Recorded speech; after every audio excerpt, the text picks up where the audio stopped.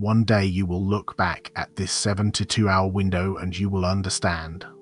You'll understand why your body wouldn't settle, why sleep came in pieces, and even those pieces weren't rest. Why the back of your neck held a heat that had no real explanation. You will understand that you were not breaking down, you were being recalibrated. Something had been following you for 3 days. At first it was quiet, a flicker at the edge of your awareness, something you could write off as tiredness, but you are built to carry weight.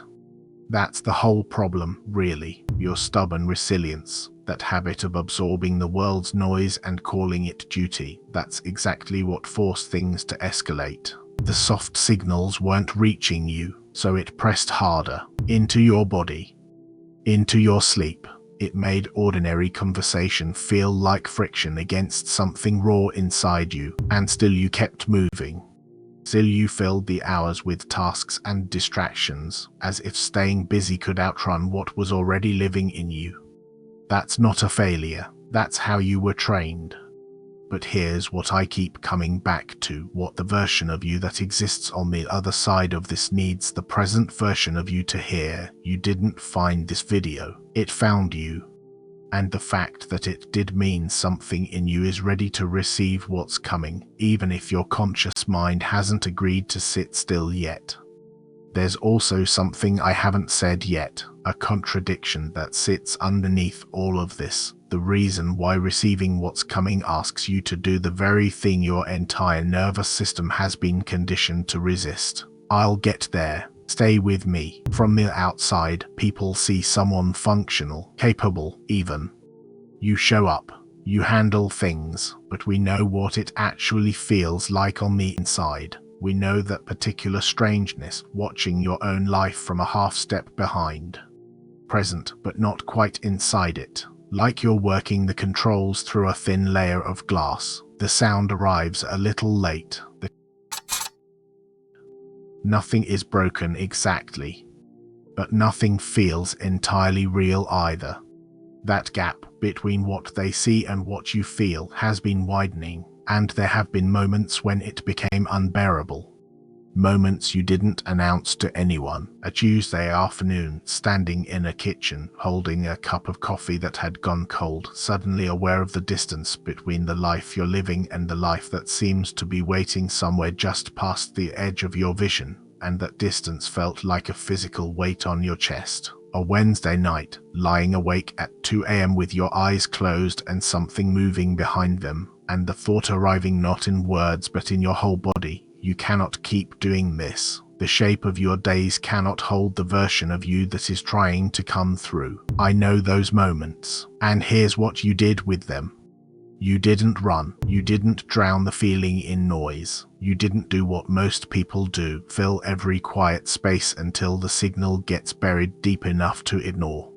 You stayed. You held the tension without forcing a resolution. You let the gap stay a gap, and that particular stubborn willingness to sit inside the discomfort of not yet, that's why you're here. That's why this could reach you. Most people can't hold that gap for more than a few hours before they collapse back into the familiar. You've been holding it for days. 72 hours of internal pressure, and you're still here. Still listening, the tightness across your shoulders, the warmth along the back of your neck. That's not something wrong with you. That's what it feels like when something new is trying to take root in a body that hasn't yet been given permission to let go of what it's been carrying. The exhaustion you feel is the exhaustion of a bridge asked to hold two shores at once. Pause. There's something coming later in this, a specific instruction, a 24-hour practice that's going to ask something of you that will feel like the opposite of being responsible. It includes one element you won't see coming, a necessary paradox. The first hour requires you to move toward the very thing you're trying to release, to give it your full attention so you can genuinely let it go for the 23 hours that follow. Most people skip that part. Don't. So let me ask you something, not the way a teacher asks a room full of students who already know they're supposed to nod. A real question, the kind that lands somewhere below your ribs before your mind has time to form an answer. Do you walk into a room and know, before anyone has spoken, what the emotional weather in that space is? Do you feel the shape of it, the tension, the alliances, the grief sitting quietly in the corner like a third person at a table set for two?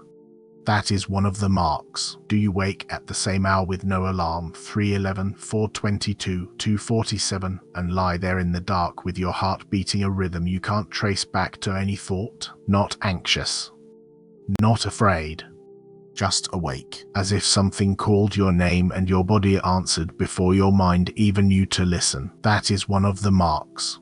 Do certain people drain you in ways that introversion doesn't quite explain? An hour with someone whose words were perfectly pleasant but whose presence felt like static, and afterward you need half a day to come back to yourself. Because you're fragile, because your system was processing something theirs was putting out, something they didn't even know they were carrying. That is one of the marks. And do you have dreams that don't feel like dreams, entire sequences delivered in a language with no words, leaving you tired when you open your eyes, as if you'd been working all night somewhere your waking mind can't name but your body remembers completely? That is one of the marks. Let me ask you something harder now. Do you have dreams that aren't really dreams, visitations, whole sequences of instruction delivered in some language that doesn't use words, leaving you drained when you open your eyes, as though you'd been working all night somewhere your waking mind can't find but your body knows completely? That is one of the marks. Here's a harder question. When you speak into a situation, when you name what's actually moving beneath the surface, do people either move toward you with an intensity that borders on hunger or pull back as though you'd burn them? No middle ground. No casual shrug. Either something in them wakes up when they hear you, or they sense what your clarity will cost them and they're gone before the bill arrives. That is one of the marks. Do you have a relationship with being alone that isn't loneliness, that is, in fact, the only state where certain things can reach you? Not hiding, not avoiding, but a specific quiet, a solitude that works like a receiver. The noise finally drops away and the signal comes through clean.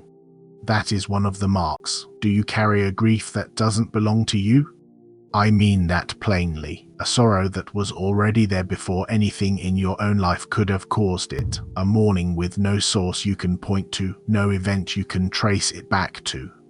It just sits in your chest like something inherited, because that's exactly what it is. You're holding the unwept tears of people whose names you may never know, but whose blood is in you. That is one of the marks. And when you try to explain any of this to someone who loves you, do the words just fail? The closest you can get is something like pressure, or frequency, or shift. And even as you say it, you can hear how it sounds. Ungrounded. Strange, even though what you're pointing at is more real to you than the chair underneath you right now. That is one of the marks. The words fail because the language we have was built for a different world. It wasn't made to describe what you are or what you're experiencing, and you've been trying to translate something that, by its very nature, resists translation into the terms of what it's here to replace. Pause. I want to stop here for a moment, because what I'm about to say is going to sound like a contradiction. And I want you to notice how you respond to it, because your response is itself one of the marks. Everything I've been describing, if you brought it into a clinical room, it would have names. Hypervigilance, sleep disruption, social hypersensitivity, a nervous system that won't settle. The diagnostic frameworks are thorough. And if you've ever sat across from someone who holds those frameworks, you may have been handed a label that felt, at the same time, accurate and completely wrong. So watch this. Not in theory. Right now, in your own life, watch what happens when a person stops treating these marks as malfunction and starts treating them as a finely tuned sensory system designed for something more coherent than what most people can see. Watch the exhaustion sharpen into precision. Watch the hypervigilance become something closer to prophecy. Watch the hypersensitivity become the ability to read a room so accurately that your presence alone begins to shift it. Don't take my word for it. Watch the results.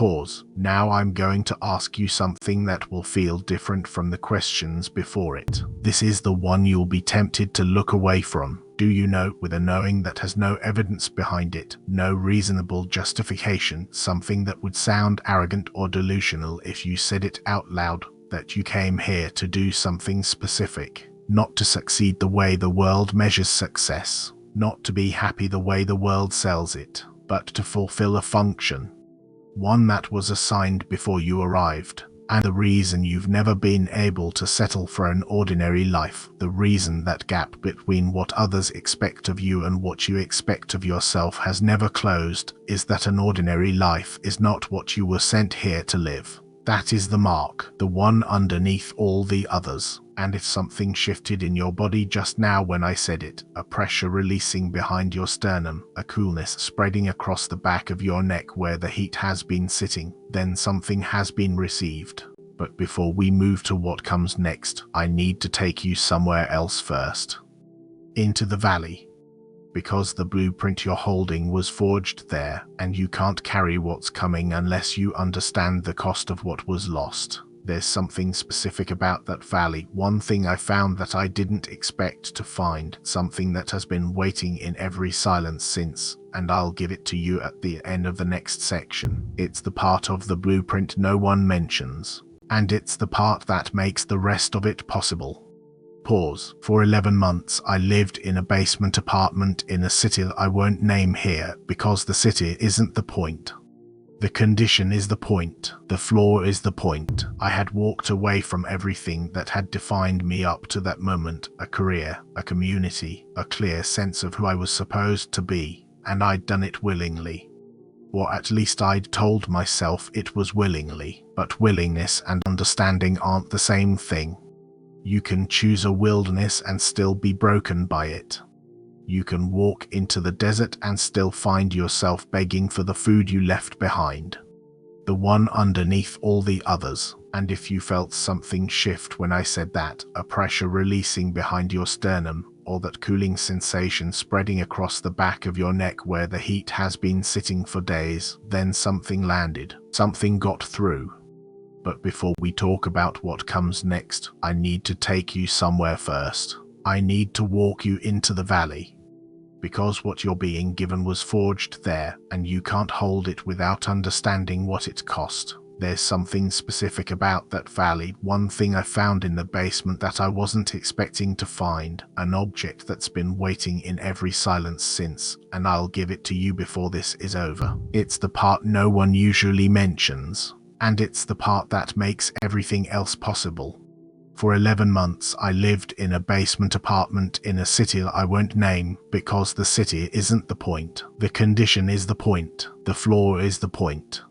I had walked away from everything that had defined me up until then, a career, a community, a clear sense of who I was supposed to become, and I'd done it willingly, or at least that's what I told myself. But willingness and understanding aren't the same thing. You can choose a wilderness and still be broken by it. You can walk into the desert and still find yourself begging for the food you left behind. What I lost down there was my voice, not my speaking voice. I could still talk, still form sentences, still hold conversations that looked normal from the outside. I mean the voice underneath that one. The one that had always known what was true before my mind had a chance to catch up. The one that had guided every real decision I'd ever made, even when I couldn't explain why. That voice went quiet.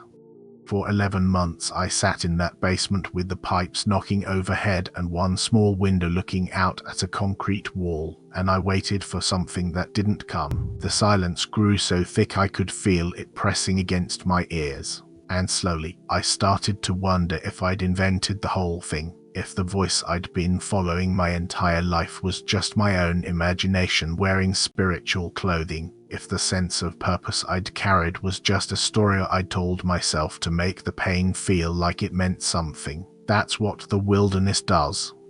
It doesn't just take your comforts away.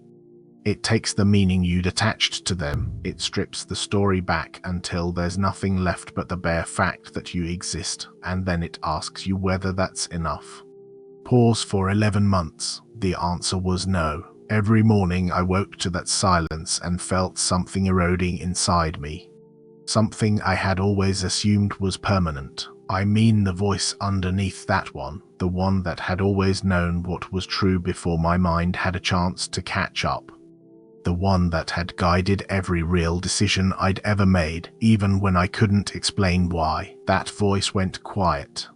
For 11 months I sat in that basement with the pipes knocking overhead and one small window looking out at a concrete wall, and I waited for something that didn't come. The silence grew so thick I could feel it pressing against my ears. And slowly, I started to wonder if I'd invented the whole thing, if the voice I'd been following my entire life was just my own imagination wearing spiritual clothing, if the sense of purpose I'd carried was just a story I'd told myself to make the pain feel like it meant something. That's what the wilderness does.